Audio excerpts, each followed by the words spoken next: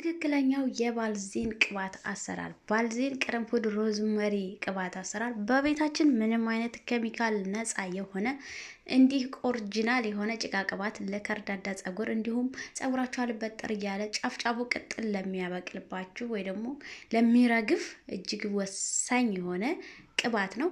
ውድ ቤተሰቦቼ እንኳን ደህና መጣችሁ ብያለሁኝ። አብራችሁኝ ስለምትሆኑ ሁሌም እጅግ በጣም አመሰግናለሁኝ። አዳዲስ የምትመጡ ሰብስክራይብ ማድረጋችሁን እንዳትረሱ።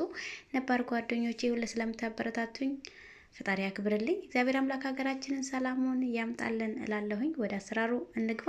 እንግዲህ የሚያስፈልገን ነገር በመጀመሪያ የአልቤራ ባልዚን ነው የሚያስፈልገን። ያ ባልዚን ማንኛውም ባልዚን አለ፣ አንደኛና ሁለተኛ ባልዚን አለ። የጭቃ ቅባት ስለሆነ ዛሬ የምንሰራው ይሄ ባልዚን ግን ምንድነው ከሌላው እንትን የሚለው የጸጉር ለሰውነት፣ ለቆዳ፣ ለእግር፣ ለፊት፣ ለተለያየ ነገር የተሰራ ግብአት ያለው ነው። እንደገና ልል ነው። ያን ያህል ጠጠር ያለ እንደ ባልዚን ደረጃ አለው። አንደኛና ሁለተኛ ደረጃ አለው ባልዚኖች እና ያለ አይደለም። ምክንያቱም ስትቀቡት ምርግ አይልም። ጫፉ ላይ ወይ ደግሞ ጸጉራችሁ ላይ ምርግ እንዳለ የሚቀር ባልዚን አይደለም። የሆነ ልልት ያለ ነገር ነውና እንደ ቅባት እንደ ማንኛውም ጭቃ ቅባት አይነት ስለሆነ ይሄን ብትጠቀሙት ብዬ እንደ ሀሳብ ሰጣለሁ እንጂ ባልዚን የሆነው ሁሉ መጠቀም ትችላላችሁ።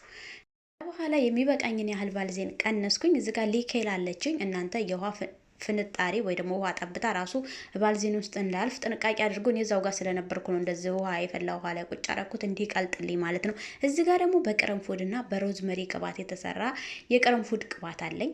ቤቴ ራሴ ያዘጋጀሁት ቅባት ነው። ይሄ የምቀላቅለው ፈሳሽ ቅባት ነው። ይሄ ለመቀላቀልም ወይ ደግሞ ቀለል ያለ አሰራር እንዲሆንላችሁ ብዬ የሰራሁት ነው። ከዚህ በፊት ቅርንፉዱን ራሱ ባልዚን ውስጥ ጨምሬ እያፈላሁትኝ ወይ ደግሞ ለ3 ለ4 ደቂቃ እሳት ላይ አድርጌው አሳይቻችኋለሁኝ። እሱን ትክክለኛውን ያን ያህል እሱ ደግሞ ብዙ አንዳንድ አስተያየት አይቻለሁና ይሸታል፣ ትንሽ ሽታ አለው ማለት ያን ያህል ከባድ ሽታ አይደለም፣ ትንሽ አለው ይላላችሁኝ። ይህ ደግሞ ምንም አይነት ሽታ የለውም። ምንም አይነት ሽታ የፈለጋችሁት ቦታ ተቀበታችሁ የምትሄዱት ቅባት ነው። ይሄ ጭቃ ቅባት ለደረቅ ለከርዳዳ ጸጉር እንዲሁም ጫፍጫፉ እየረገፈ ላስቸግራችሁ ከምትቆረጡት በዚህ መልኩ ማድረግ ትችላላችሁ። እዚህ ጋር ደግሞ የሮዝመሪ ቅባት ፍሬሽ ሮዝመሪ ነበረኝና በፈሳሽ በአልመንድ ቅባት እንዲሁም በወይራ ዘይት በካስተር በተለያየ አይነት ቅባት ብቻ የወይራ ዘይቱን ትንሽ በሰል እስከሚል ወይ ዘፍዝፋችሁት 1 ሳምንት ማቆየት ትችላላችሁ ወይ ደግሞ ትንሽ እሳት ላይ ቁጭ አድርጌው ስለነበረ እንደዚህ ዘይቱን ቅርንፉዱን ማለቴ የሮዝመሪውን ቅባት አውጥቶልኛል ማለት ነው። በቅባት መልክ ነው የሰራሁትኝ ሮዝመሪውን። ከዛ ምንም አይነት ውሃ ግን እንዳይገባው ጥንቃቄ አድርጉ። እዚህ ጋር አሁንም መልሼ እቃ ውስጥ ለማድረግ ስል ቶሎ ይረጋል ባልዚን እና ቶሎ እንዳይረገባችሁ እንደዚህ አሁንም ለመቀላቀል ሶስቱንም አንድ ላይ አድርጌ ለመቀላቀል በአንድ ላይ እንደዚህ ውሃው የፈላ ውሃ ላይ ያደረኩትኝ ማለት ነው። በደንብ ሲቀልጥ ቅልቅል ሲልላችሁ ወይ በማሽንም መምታት ትችላላችሁ። ያን ያህል ግን አያስፈልገውም። እንደዚህ ትኩሱን እንደሆነ ታዲያ ውሃ ጠብ እንዳይል ቂጡ ውሃ ስላለው እዚህ ጋር በሶፍት ጣራኩትና ጥንቃቄ አድርጎ ውሃ እንዳይገባው፣ ምክንያቱም አይቆይላችሁም ማለት ነው። ከዛ በኋላ እዚህ ጋር ጠርሙስ ነው የሚያስፈልጋችሁ ማለት ብረት፣ ምክንያቱም ፕላስቲክ ተሆነ እንደዚህ ትኩሱን ስታረጉበት የመቅለጥ እንትን ስላለው ጥንቃቄ። በስማም ሀቀኛ ነኝ ማለት ነው። በቃ ሙሏን ሴፍ ነው የሆነው ማለት ነው። እና ሀቀኛ ናችሁ ይባላል ማለት እንደዚህ አይነት ነገር ሙሉ ሲደረግ ማለት ነው። እና በዚህ መልኩ 24 ሰዓት መቆየት ራሱ አይጠበቅም። ከ3 ከ4 ሰዓት በኋላ ይረጋል ራሱ። ግን እናንተ ያን ያህል መቆየት እኔ ከ24 ሰዓት በኋላ ምን አይነት ቅባት እንደሚሆን ላሳያችሁ። ጸጉሬን እንደምታዩት ሰርቸው ነበር። ከፊቴ ዝም ብዬ ሾርባ ማለት ዝም ብዬ ነው የጎነጎንኩት። ያን ያህል የሚያምር አይደለም፣ ግን እኔ በጣም ወደው ቅባት ስለሆነ የምሬን ነው። ስለጨረስኩ ድጋሚ ለእናንተ ላሳያችሁ የወደድኩት ቅባት ቢኖር ወይ ደግሞ እቤታችሁ እንድታጡት የማልፈልገው ቅባት ቢኖር አንዱ የጭቃ ቅባት ይህ ነው። እቤታችሁ ስትሰሩት ደግሞ የሚጠቅማችሁ ጥቅም ምንድን ነው?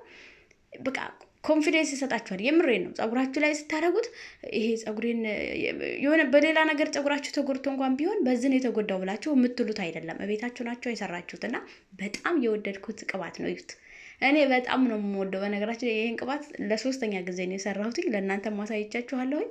በጣም ነው የምወደው። ጸጉሬ ላይም በጣም ለውጥ አይቼበታለሁኝ። ከዚህ በፊት የለቀቁትን ቪዲዮ እዩት።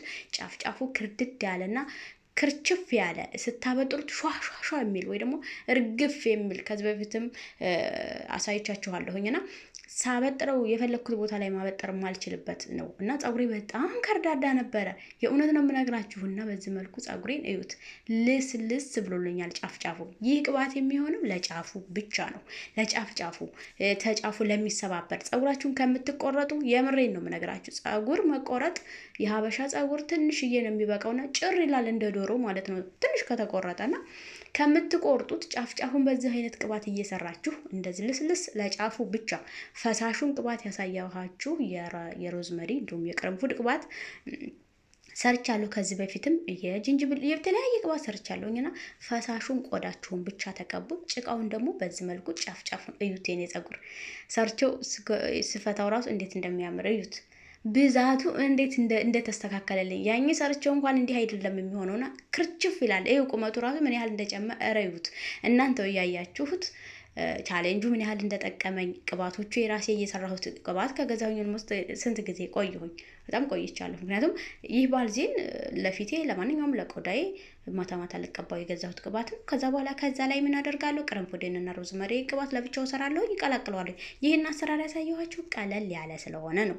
ከዚህ በፊት ባሳየኋችሁ መሰረት መስራት ትችላላችሁ። ይህ ግን በጣም ቀላል ነው፣ ለሁላችሁም የሚቀል ስራም ለሚበዛባችሁ እንዲሁም በተለያየ ጉዳይ መስራት ለማትችሉ በጣም ቀላል የሆነ ስራ ስለሆነ በዚህ መልኩ መስራት ትችላላችሁ። እሳት የማያስፈልገው በሞቀ ውሃ ክፍላችሁ መስራት የምትችሉት ቅባት አሰራር ነው። የእውነቴን ነው፣ ተጠቀሙት። ሚዷችሁ ደግሞ ላላ ያለ ወይ ደግሞ እንደዚህ ብትን ያለ ቢሆን ተመራጭ ነው፣ ፀጉራችሁን እንዳይበጣጥሰው ማለት ነው። ሳበጥሬውም እንኳን ከታጠብኩት 5 ቀን ሆኖታል ማለት ነው። እና በጣም ነው የምወደው ይሄ ቅባት። ለዛ ነው የምወደው፣ ምክንያቱም ድሮ ታጥቤው በ5 ቀኑ እንደዚህ ጭብጥ አድርጌ እንደሰብስቤ ማስያዝ አልችልም ነበርና ጭፍርግ ይል ነበርና ጫፍ ጫፉን ጭቃ ቅባት መቀባት የሚጠቅማችሁ አንደኛ ከመቁረጥ ፀጉራችሁን ትድናላችሁ፣ ሁለተኛ ጭፍርግ ያለ ቅጥል ለሚያበጅባችሁ የሚረግፍ በተለያየ ነገር። ምክንያቱም ፀጉር ጫፍ ጫፉ ከረገፈ ምንም ይሄ በቃ ይጎዳልና የኔ እንደዛ ነበር የሆነብኝ። አሁን ቆንጆ ሆኖልኛል፣ ልስ ብሎልኛል። በቃ ከርዳዳ ፀጉር ላላችሁ ይበልጥ ደግሞ ይሄንን ቤታችሁ ሰርታችሁ እንድትጠቀሙት እፈልጋለሁኝ። እኔ በጣም የወደድኩትን ነገር ለ3 ለ4 ጊዜ ደጋግሜ እሰራዋለሁኝ እና ለዛ ነው ደጋግሜ የምሰራው። እና ደግሞ ለምንድነው ብዙም አትጠቀሙ ለምንድነው ማናይሽ ምናምን የምትሉኛላችሁ? የእውነቴን ነው። እስኪ እጄ ላይ እዩት፣ እጄ ቅልጥል ብሏል ማለት ነው። እና በመጀመሪያ ታጥቤ ስወጣ ጫፉንም በደንብ እቀባለሁኝ፣ እንዲሁም ውስጡን ደግሞ ፈሳሽ ቅባት እቀባለሁ። ከዛ ልክ ድርቀት ሲሰማኝ ወይ ደግሞ ፀጉሬ በቃ መቀባት አለበት ብዬ ስል ድርቅ ሲል ራሴ ቅባት ሲመጥ ነው እንጂ የምቀባው ዝም ብዬ አላፈስበትም። ምክንያቱም ለልብስ ነው፣ ምንም አይጠቅምም ማለት ነው። እና እናንተም እንደዛ ነው ማድረግ ያለባችሁ። ከዛ በዚህ መልኩ በደንብ አድርጌ ጫፍጫፉን ፍትት እያረኩኝ ድርቀት በተሰማኝ ቁጥር ወይ ደግሞ ፀጉሬ ቅባት ያስፈልገዋል ባልክ ቁጥር እቀባዋለሁኝ። መቼም የትም ቦታ ማስቀመጥ የምትችሉት መቼም መስራት የምትችሉት በጣም ቀላል የሆነ ስራ ነው። ሁላችሁም ተጠቀሙበት።